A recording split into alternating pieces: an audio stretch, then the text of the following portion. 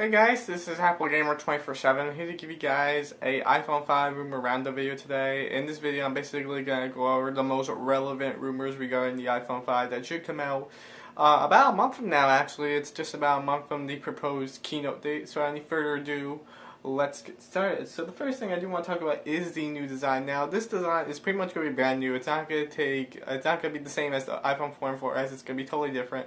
It's supposed to be taller, which is supposed to be good because it's going to have a 4-inch display, which is going to be awesome. It's going to be a nice addition to have because a lot of Android phones have it. And the 3.5-inch screen, after playing with some Android phones, either in the store or just other people's, just the screen just looks tiny. So I can't wait to have a 4-inch screen on the iPhone. A new dock connector is also going to be added. It's going to be a 9-pin dock connector, which is going to be smaller. People have been saying online that it's supposed to be the size of a mini USB or a micro USB port.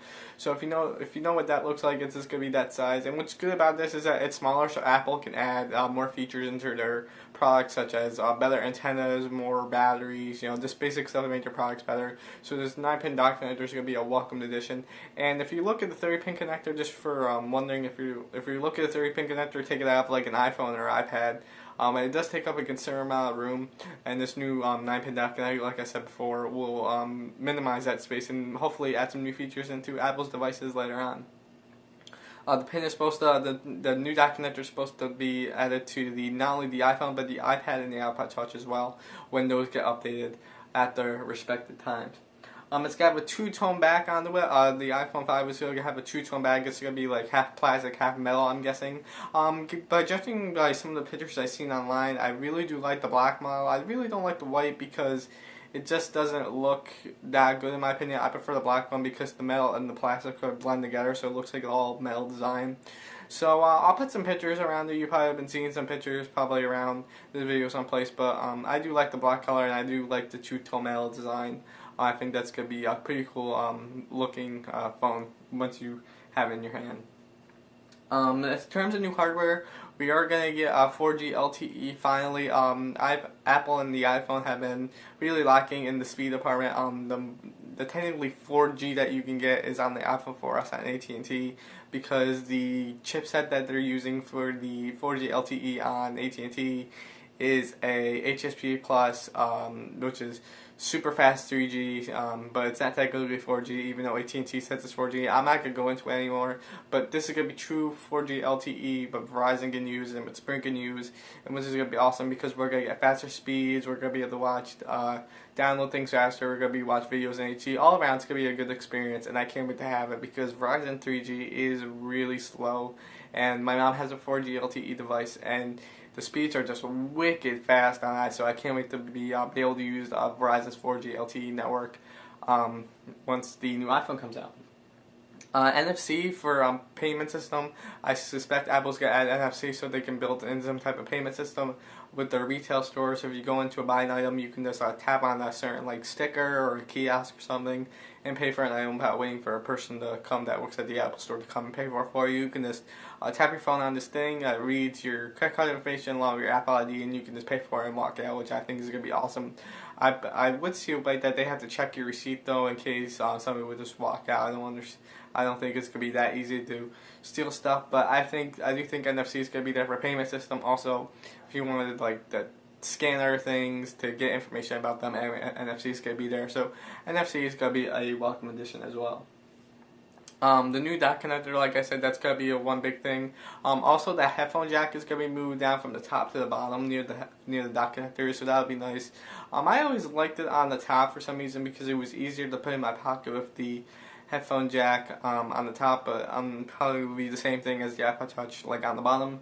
And also, there is one prototype design that has the FaceTime HD camera right on the top near the proximity center. I do think it's going to stay where it is next to the speaker grill or answer your calls, so when you're taking a phone call, the camera is blocked, but I don't really see that happening because the proximity sensor and the FaceTime camera might be competing for space. So that's one thing you gotta keep in mind when you watch some of these prototypes come out. Some other mini things that are supposed to be coming is a new nano SIM, if I could talk. a new Nano SIM, which is going to be smaller than the Micro SIM, which is good surface space, which Apple can add more batteries, a better processor, stuff like that. So definitely more when you talk about iPhones, the more things you want smaller, because the more things you can pack into a phone, which is obvious. So Nano SIMs will be a welcome addition. I'm pretty sure Verizon and AT&T are already cutting down their SIMs so they can fit into this new device pretty soon. In terms of the biggest thing I'm really excited for, and the one thing that's making me buy this phone, if it doesn't come on this phone, I'm going to be very mad, is the 4-inch display. Apple is going to make this iPhone a 4-inch display because, like I said in the beginning, the 3.5-inch screen is just tiny now compared to an iPad or another Android phone. I do like the 4-inch display because you can fit a lot more, but the one thing that comes with a 4-inch display is fragmentation. Like on Android, not all the apps are resized to it. But one feature on iOS 6, which is available inside macOS 10 via Cocoa, most of the developers and most of the technical people know what I'm talking about. But basically what this is, it's called Auto Layout, which means the app can be resizable to fit a certain display. So one app can fit both a 20-inch screen, a 27-inch screen, a 21.5-inch screen, a 13-inch screen. So Apple's really put some time into making apps accessible on all screens. And one thing that's going to be available, and the same features can be available on iOS 6. So developers can use their same 3.5-inch screen. Same with the iPad. If you wanted to run an iPhone app, you could probably run ads in native resolution, but you can also ×2 fills up the screen. But developers will have to take time in rewriting their apps to fit the 4-inch display, which I don't think it would be that difficult because most developers I know love making iOS apps and games because it's so easy to program, it's so easy to resize and do things with. So I don't think developers aren't going to complain that much. But I'm really looking forward to the 4-inch screen. The resolution on this current screen is 640 by 1136. That is the proposed resolution, which is pretty high of a screen. I don't know if that's Retina display. I'm pretty sure that is, but I can't wait to see it in action. It looks going to be nice, and I bet it's going to be well worth the wait. As far as the processor goes, I don't really think Apple's going to introduce a new processor. I think what they do with the iPad, they're going to translate over to the phone. So this will have a A5X chip with quad-core graphics, or it might be just an updated A5X chip with quad-core and quad-core graphics. So whichever way it is, I'm fine with it. I think quad-core phones are just as good as dual-core phones are just as good as quad-core phones. I don't think there's really any quad-core phones yet, but I bet in the next coming years there should be more quad-core phones coming out. But I think the A5X chip is definitely a capable chip to be running this device, and so yeah. That's enough of that. And it's probably got the same camera as the iPhone 4S. I'm perfectly fine with that. I think the 8-megapixel camera inside the iPhone 4S is very well good enough, and I don't think we're going to see 10 or 12 megapixel cameras within 3 years because they're just a bit pricey, and I think Apple wants to keep it at $199 price tag. So I do think it's going to be the same 8-megapixel camera I've been used to for the past year on the iPhone 4S. In terms of software, it's going to be running iOS 6. But this version of iOS 6 is going to be different because this is going to allow for the 4-inch screen to have a 6-row of icons. So basically on your home screen you have 5 individual rows of icons, but then when you get this new iPhone it has a 6th row which you can put more icons onto it, which is basically be the only difference.